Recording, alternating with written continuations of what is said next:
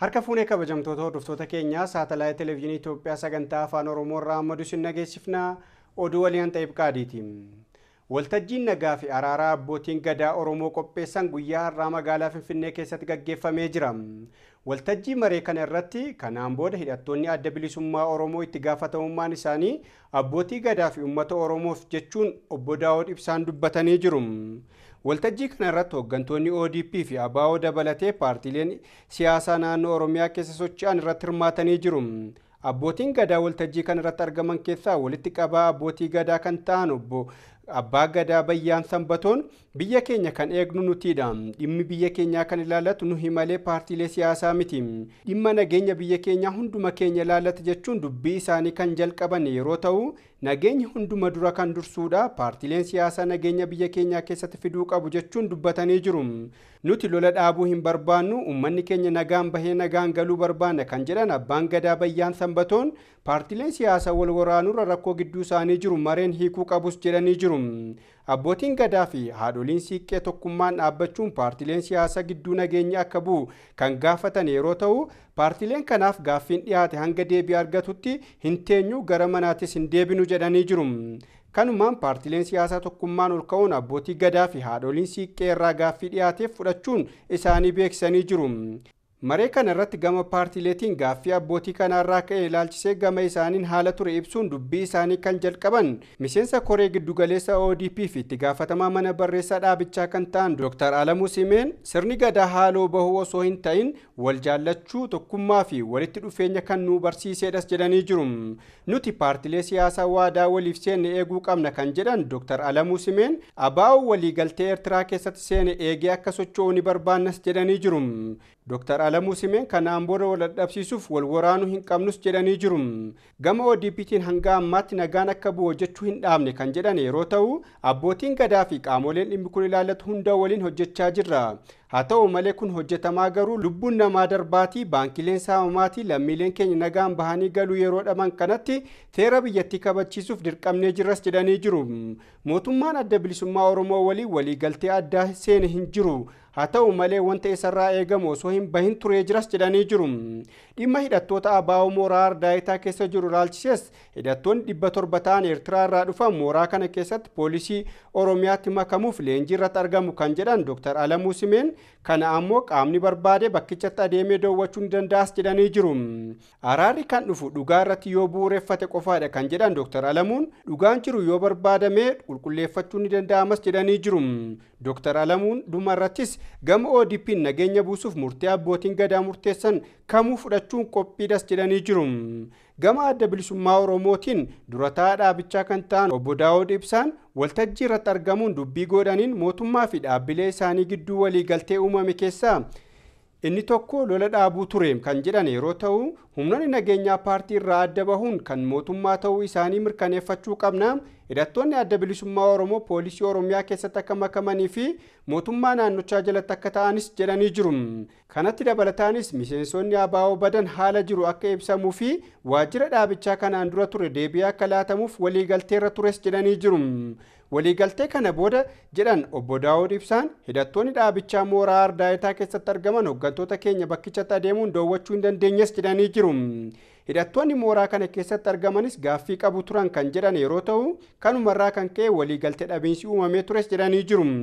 Waliigaltee gidduu keenyatti uumame saffisaan hojiirra oolchuuf koreen gama lamaanuu irraa hundaa'e gara hojiitti seenus torbee lama keessatti dhimmoonni hundumtuu hin furamnes jedhanii jiru.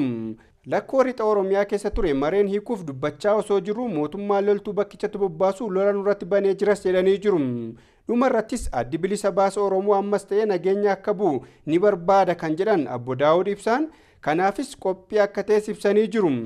Xiinxalaa siyaasaa obbo Jawaar Mohaammed gama isaatiin bakkichatti argamuun dubbii isaa kan dubbate yeroo ta'u araara buusuuf wal sobuun hin barbaachisu qaamoleen hundumtuu dhugaa jiru fuulduratti fiduun ibsuu qabus jedhee jira.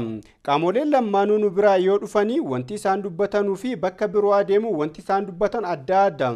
Kanaaf asumatti waadaanuuf seenuu qabus jedhanii jiru. Obbo Daawud Ibsaan har'uma hidhattoota isaa bosona keessa jiruuf waamicha gochuun lola dhaabuun gara mooraa keessa akka seenuu ajaja dabarsuu qabas kana gochuufis abbootii gadaaf waadaa seenuu qabas jedhanii jiru. dhuma maree kana irratti gama ODP fi ABO'tii waliigaltee irra gahan yeroo ta'u waliigaltee kanaanis gama ODP'tiin nuti seerri biyyattii kabajamuun dhimmi kan biraa hin qabnu. Uummanni nagaan bahee nagaan galuu ni barbaanna. Qabeenyi mootummaa akka hin tuqamnes ni barbaanna. Kanaafis seerri biyyattii kabajamnaan dhimma biraa hin qabnus kan jedhan yeroo ta'u dhimma loltuu lixa Oromiyaa keessa bobba'ee ilaalchisee loltuu lixa Oromiyaa keessatti kan bobba'ee hidhattoota adda bilisummaa Oromoo qofaaf osoo hin ta'in daangaa naannoo Beenishaangul Gumuzii fi naannoo Oromiyaa gidduutti yeroo ammaa kana nageenyi hin jiru. Lammiileen keenya hedduu rakkoo kanaan qe'ee isaanii irraa buqqa'anii argamu. Risaasaa fi xiyyaan lammiileen keenya hedduun dhumanii jiru. Nageenya bakkichaa hanga kabajamutti loltuu naannicharraa kaasuun akka mootummaatti hin danda'amus. Kanaafis waadaa isiniif hin seenu jedhanii jiru. Gama adda bilisummaa Oromootiin obbo Daawud Ibsaan kanaan dura abbootii gadaa walii waa hedduu dubbannee jirra. Amma sarara deebi'uu hin barbaadu. Haa ta'u malee kanaan booda wanti isiniif waadaa seenuu barbaadu hidhattoonni adda bilisummaa Oromoo bosona keessatti argaman kanaan booda itti gaafatamummaan isaanii abbootii gadaa fi uummata Oromoof haa ta'u jechuun dubbatanii jiru. Muummichi ministeeraa Dr. Abiy Ahmed imala biyya alaa godhaa jiraniin guyyaa har'aa biyya Swiizerlaandiitti seenuun foorumii diinagdee addunyaa irratti hirmaachuu irratti argamu. Muummichi ministeeraa Dr. Abiy Ahmed guyyaa kaleessaa fi dheengaddaa biyya Xaaliyaanii keessa kan turan yeroo ta'u muummicha ministeeraa biyya Xaaliyaanii waliin marii godhanii jiru. Mariin isaanii kunis milkaa'aa akka ture ibsa baasan irraa beekuun danda'amee jira.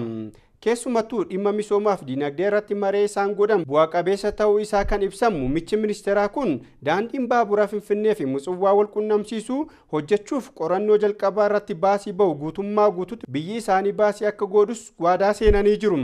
Kanatti dabalataan lafti imbaasii Xaaliyaanii Finfinnee keessatti qubatee jiru irraa muraasni isaa bakka paarkii bashannanaaf akka oolu gaafii muummichi ministeeraa gaafatan deebii gaarii akka argates ibsanii jiru.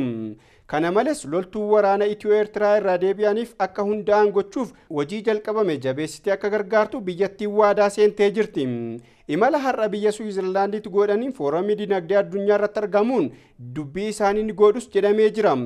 Maree isaanii kana irrattis jijjiirama biyya keenya keessatti baatiiwwan kurnan darban keessatti dhufe ilaalchisee ibsanii laatus jedhamee jira.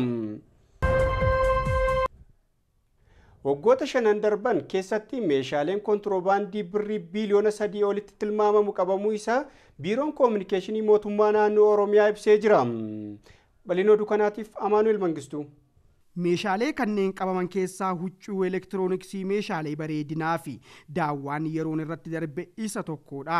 Gama biraan ammoo maallaqni seeraa alaa, beelladoonni, bunni, jimaa, midhaan zayitaa fi albuudni waggoota 5 darbanitti yeroo gara biyya keessaa gara biyya alaatti ba'uudhaaf jedhan to'annoo jala ooluu isaanii koomishinerichi raawwii hojii dhiyeessa irratti beekseera. Rakkoo nageenyaa biyyattii qunnameen galiin kontiroobaandii irraa argamu dhibbantaa duwwaa tuqaa 2 hir'achuu isaas ibseera. Gama biraan ammoo kontiroobaandiin gara biyya alaatti ba'u ammoo waggaadhaa waggaatti dhibbantaa 28.4 daballee agarsiisuu isaas odeeffannoon galiiwwan irraa ba'an hubachiiseera. Jijjiirama yeroo ammaa biyya keenya keessatti gaggeeffamaa jiru wal qabatee qaamonni jijjiirama kanatti hin gammanne mootummaa giddu galeessaa dadhabsiisuuf jecha shira daldalaa akka raawwachaa jiranis ni yaadatama.